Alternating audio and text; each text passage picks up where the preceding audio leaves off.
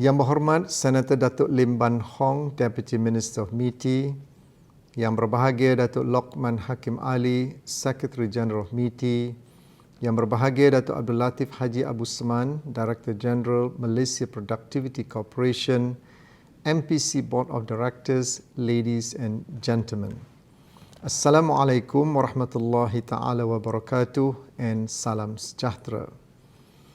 I'm delighted to welcome everyone to the official launch of Productivity Report 2021.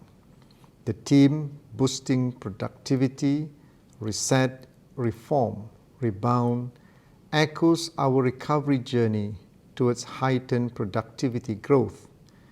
2020 has been a year like no other as the COVID-19 pandemic has severely impacted our lives and livelihoods, causing major disruptions to industries and businesses and adversely affecting productivity growth. Under these circumstances, the need for supportive regulations and coherent operational framework is imperative in order to create business environments that are conducive for firms to operate productively and competitively. The reset button has pushed the regulatory reform agenda to a new level towards improved policy making and regulatory delivery. This ensures that our businesses can capitalize on the opportunities in the global marketplace in sync with the dynamism of current and emerging market trends. In pursuit of this objective, the MPC has continued to work closely with the Special Task Force to Facilitate Business, or PEMUDA, to reduce the unnecessary regulatory burdens on existing and new businesses.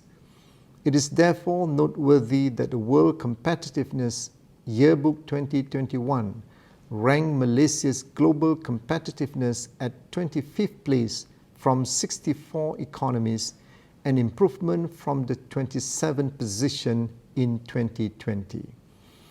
In the World Bank's Ease of Doing Business 2020 ranking, Malaysia recorded second position among 190 economies in dealing with construction permits.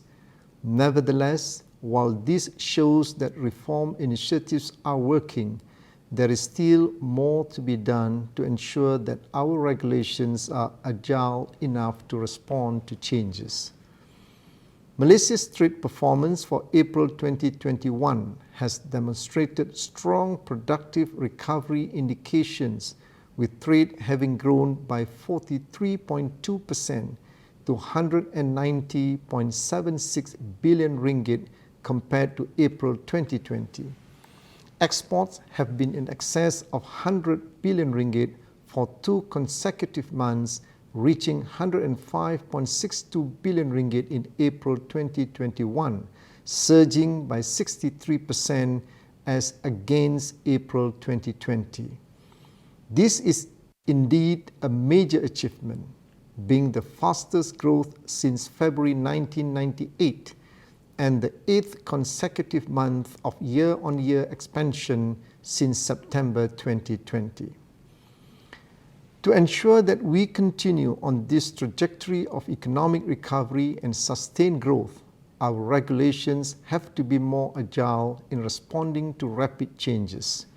Regulatory frameworks must therefore be designed to enable technology innovation, ensure open and non-discriminatory business environments, protect consumers and workers, and tackle the unintended consequences of disruption.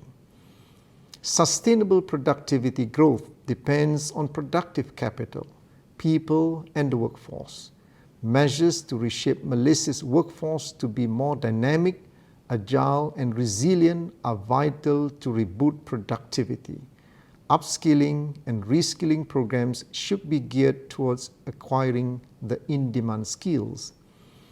With the national investment aspirations being geared towards establishing Malaysia as a high-income nation and the primary destination for high-tech and high-impact industries, smart manufacturing and related services, and the provision for total solutions for advanced technologies, our digital transformation process must also move in tandem.